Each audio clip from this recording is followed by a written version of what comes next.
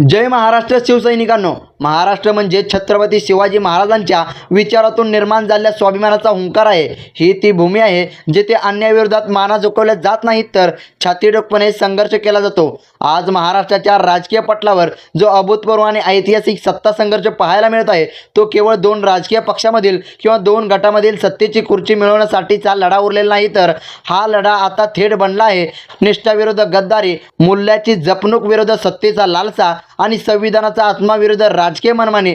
दिल्लीतील सर्वोच्च न्यायालयाचा अत्यंत संवेदनशील आणि कायदेशीर वर्तुळातून जेव्हा घटनापीठाच्या निकालाची घडी जवळ येत असल्याचे संकेत मिळतात तेव्हा संपूर्ण महाराष्ट्राचे नव्हे तर संपूर्ण देशाचे लक्ष एकाच मुख्य प्रश्नाकडे लागलेले असते। शिवसेना हे नाव आणि धनुष्यबाण हे पवित्र चिन्ह पुन्हा एकदा पूर्ण सन्मानाने आणि अधिकृतपणे मातोश्रीवर म्हणजेच माननीय उद्धवजी बाळासाहेब ठाकरे यांच्याकडे परतणार का? गेल्या काही महिन्यामध्ये महाराष्ट्राच्या राजकीय इतिहासात जे नाट्य घडले, ज्याने प्रत्येक स्वाभिमानी मराठी माणसाच्या काळजाला खोलवर जखम केली आहे, ज्या पक्षाची स्थापना वंदनीय हृदय सम्राट बाळासाहेब ठाकरे यांनी सामान्य माणसाला न्याय मिळवून देण्यासाठी, मराठी माणसाच्या हक्काचे संरक्षण करण्यासाठी आणि रक्ताचे पाणी करून केले आहे। धनुष्यबाण या चिन्हाला शिवसैनिकांनी आपल्या घामाने, त्यागाने आणि निष्ठाने घराघरात पोहोचवले आहे। त्याच पक्षावर, त्याच चिन्हावर काही स्वार्थी संधी साधू आणि सत्तेच्या मोहाने पिछाडलेल्या लोकांनी अचानक आपला ताबा सांगण्यास सुरुवात केली।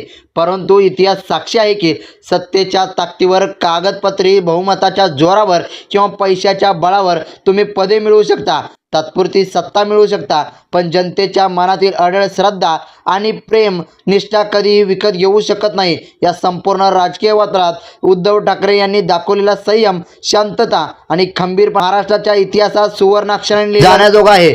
जेव्हा स्वतःचेच मानलेले लोक पाठीत खंजीर खुपसून निघून गेले, जेव्हा सत्तेचं सर्व साधने, केंद्रीय यंत्रणा आणि साम दाम दंडभेद नीतीचा वापर करून पक्षाने सरकार उद्ध्वस्त करण्याचा प्रयत्न केला, तेव्हा उद्धवजी डगमगले नाहीत।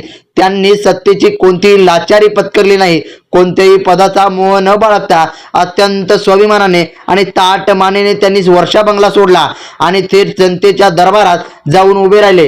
एका खऱ्या निष्ठावंत आणि स्वाभिमानी नेत्याची हीच खरी ओळख असते, जो संकटाच्या काळात घाबरून जात नाही किंवा तडजोड करत नाही, तर जनतेलाच आपला मुख्य आधार मानून पुन्हा एकदा शून्यातून विश्व निर्माण करायला उभा राहतो। सर्वोच्च न्यायालयात सुरू असलेल्या कायदेशीर आणि घटनात्मक लढाईला सखोल अभ्यास केला तर भारतीय संविधानाच्या 10व्या अनुसूचीनुसार पक्षांतरबंदी कायदा उद्धव ठाकरे यांच्या बाजू कायदेशीर आणि नैतिकदृष्ट्या अत्यंत भक्कम आणि तर्कसंगत दिसून येतोय।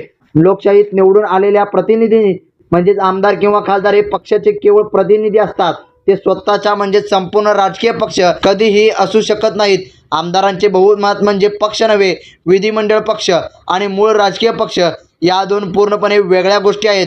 पक्षाची मूळ घटना, पक्षाची मध्यवर्ती कार्यकारिणी संस्था, नोंदणीकृत सदस्य आणि तळागाळातील लाखो निष्ठावंत कार्यकर्त्यांचे हाच पक्षाचा खरा आत्मा असतो। शिवसेनेची मूळ घटना आणि बाळासाहेबांचे विचार आजही उद्धव ठाकरेंच्या नेतृत्वाकडे अढळ विश्वास ठेवून असतात। पक्षांतरबंदी कायद्याचा मुख्य हेतूच हा होता की पैशाच्या किंवा सत्तेच्या ताकदीवर निवडून आलेल्या प्रतिनिधींनी मूळ पक्षाची आणि जनतेच्या कौलाशी प्रतारणा करू नये।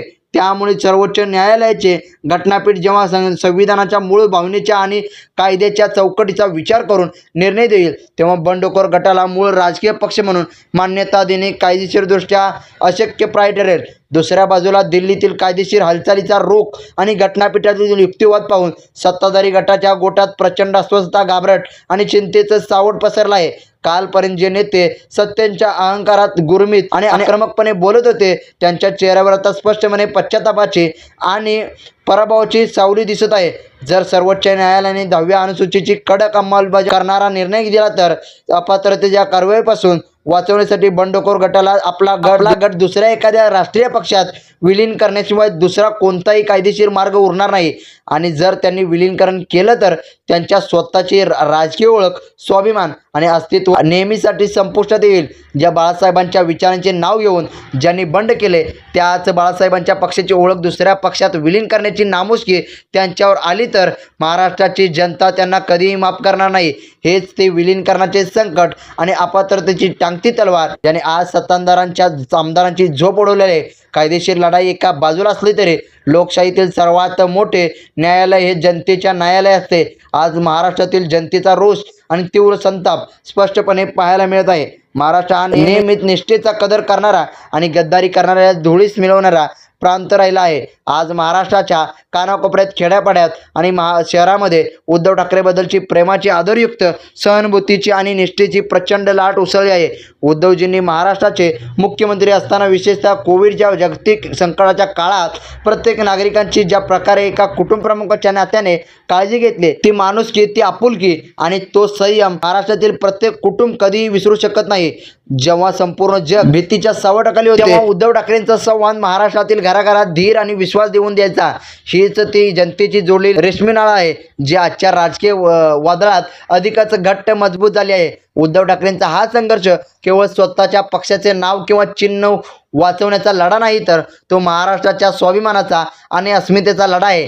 दिल्लीच्या तख्तासमोर महाराष्ट्र कधीही झुकला नाही आणि यापुढे कधीही झुकणार नाही. हा या मातीचा दैदीप्यमान इतिहास आहे. जेव्हा जेव्हा दिल्लीतून महाराष्ट्राचा स्वाभिमान चिरडण्याचा, केवढून काढण्याचा प्रयत्न झाला, तेव्हा या मातीने अत्यंत करारा आणि सडेतोड पलटवार केला आहे. आज उद्धव ठाकरेंच्या रूपाने महाराष्ट्राला असा एक नेता मिळाला आहे, ज्याने सत्तेपेक्षा, तत्वाला, लाचारीपेक्षा स्वाभिमानाला आणि कपटापेक्षा निष्ठेला प्राधान्य दिले.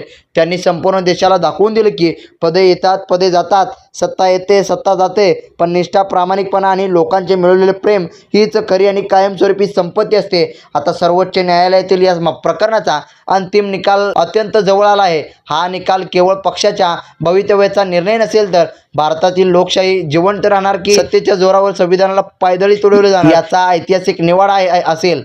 जर संविधानाचा विजय झाला तर, सत्याचा विजय झाला तर धनुष्यबाण हे मूळ चिन्ह आणि शिवसेना हे पुन्हा एकदा नाव पूर्ण सन्मानाने मातोश्रीवर विराजमान होईल.